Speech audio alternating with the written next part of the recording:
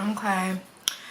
Sis, I got in trouble this weekend. So, this is how this video is going to go down. So, avoid any further legal actions. I'm not going to say this person's name. I'm not going to say the company name. I'm going to put the link below to the interview I just did with Rah Ali and Brooke Bailey for the It's OnSite.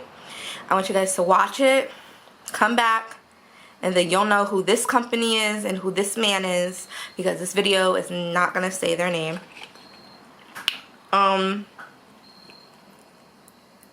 Yeah, so, okay. So this weekend, on Saturday, I was in a live chat with, his name is Jerome. Let me get his whole at name. Hold on. I'm going to put his link in the description box below. So his name is Jerome Pen 9. And so for those of you who are Nicki Minaj fans, he's a well-known Nicki Minaj fan page kind of like owner guy. And so he's really, really funny. He is hilarious. Like, I'll assume is British. He has an accent, a really heavy accent. And it's like, oh my god, darling, yes, honey, ha ha ha ha ha. Like, and it's super hilarious. He's super entertaining, super sweet. And this weekend he was in his live that he does regularly, and he was discussing this man and this company, and he was pretty much giving his opinion on how this man and this company kind of only favors one artist as opposed to Nicki.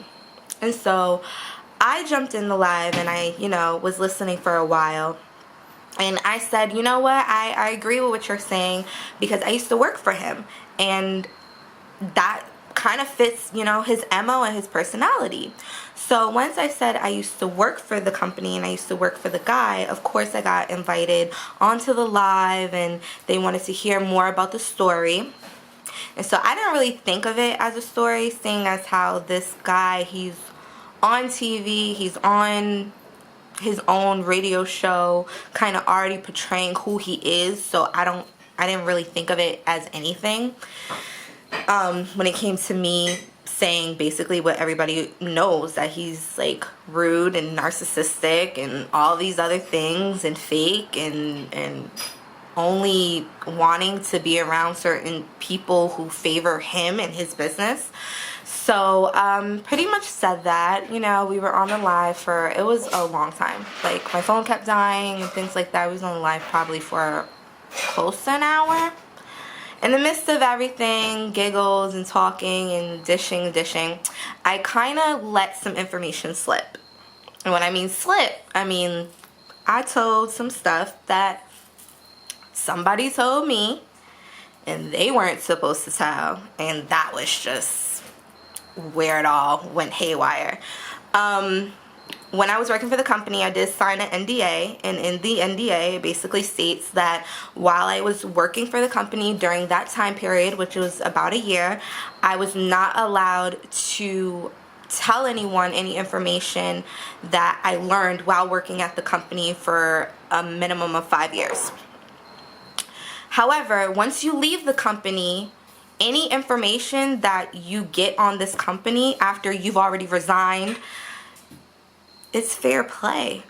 Sorry to say. And after I left the company, there were a lot of other writers who kind of used me as an ear to listen to whenever they were having issues or felt mistreated or just wanted to, dish on what was going on in the group and stuff like that. And I am a gossip blogger at heart, and I am nosy, so I was right there like, okay, what happened? So one of couple of the writers at that time, they disclosed some information to me, and I was just like, ooh, tea, about 2 years ago. And so I didn't think anything of it once I said it on the live. It was kind of like, wow, I'm not in breach of contract because, this man never told me this information while I was working there. I never got access to any of this. So I didn't feel like I did anything wrong. I was wrong, apparently. The following day, I was getting phone calls, 8, 9 o'clock in the morning, basically saying that this guy had watched the live and he was planning on suing me and for like defamation and for breach of NDA. And I was just like, well, I already know I didn't breach my NDA, so I'm not even worried about that. However, defamation, this guy is notorious for building his career off the defamation of other people, specifically women of color.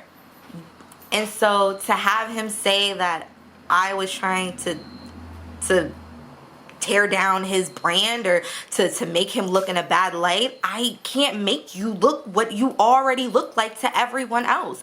You play the victim on every episode you've ever been in. You brag about how you have so many receipts on people and you could do this and you could do that on your radio show every time you talk. So how could something that I say defamate you? Like, that was just so ridiculous to me. I'm like, you gotta be kidding me, right? Like, isn't that the pot calling kettle black? Like, the gossip blogger is mad that a gossip blogger is gossiping after you do all these crazy shenanigans to get people's dirt and to get their business, and you're gonna sit here in a huffy puff because of something that I let slip, that I know for a fact, knowing you personally, you're a narcissist. You know that you love the fact that I gave that specific information up. You love it. And you probably would have said it by yourself, but you didn't want to look crazy just rambling on about your business. So, for days, not days, Sunday, Monday, Tuesday, people were talking about it, and Rah Ali appeared like a genie out of a bottle, and me and her, we got to discussing basically everything I said on the live, and I obviously plugged in my book, of course, where in the book I do mention how I felt about working for this person and working for this company. And she provided me with the opportunity to come onto her web show and pretty much discuss everything that was happening, since the live was so crazy, and honestly I didn't really get to elaborate on anything because I didn't believe it was worth doing that. So yesterday I went with Rah Ali and Brooke Bailey to do their web show, and I basically, you know, talked about all the disclaimers. I talked about Pam.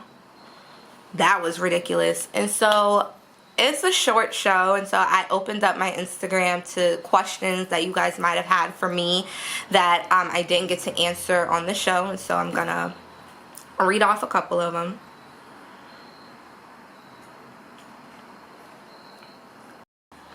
Okay. Hey, I saw you on live yesterday and I appreciate your authenticity. Do you have any tips on building a brand and getting myself out there? I really want to model. Any tips or advice is greatly appreciated. That's not a question. That's a personal thing you got going on, sis. Tips on building a brand. First, go buy Passions to Profit on Amazon. That's number one. Number two, in the book you will read about how to build yourself as a brand, how to create yourself a fan base and find your niche and everything like that. I think that's the first step of everything, finding your niche. What is your thing that you do? Like, I'm a fashion beauty influencer, so anytime I post, it would always have something to do with makeup, hair, or clothes. Anytime. If I post about anything else, honey, they paid a pretty penny, because I get hit ups and emails for promoting credit card repairs, furniture, salespeople, and somebody hit me up and wanted me to promote fans, like little portable fans, and I declined respectfully, but I declined because it has nothing to do with me.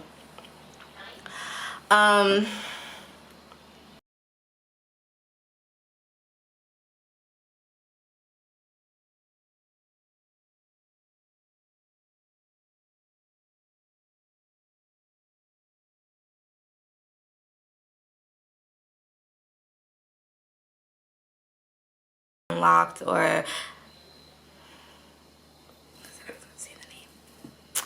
okay, so if I didn't already, you know, say it, my book is not a tell-all about the company or about this person and all this other stuff. It's a cautionary tale about my personal experiences, not only working for this company, but working for a ton of other companies. And basically how I managed to work my way through things and how I got to where I am today with being a social media influencer. So make sure you go and get my book on Amazon, Passions to Profit by Chelsea-Alana, and I will see you guys with another video that will hopefully not need to be on this topic unless Nikki invites me to Queen Radio tomorrow. Oh, child.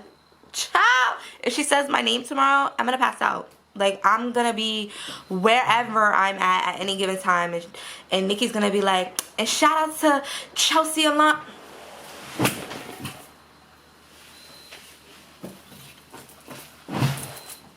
Honey, I hope I'm not driving. But if she doesn't, I still will listen to Queen Radio tomorrow at Nikki CPT time, whether it be 12, 1, 2, 3, 4, 5, 6, 7, 8 Eastern, Pacific, middle time that she be picking, whatever. She's tacky when it comes to times. So make sure to like, comment, and subscribe. And I will talk to you guys later. Bye.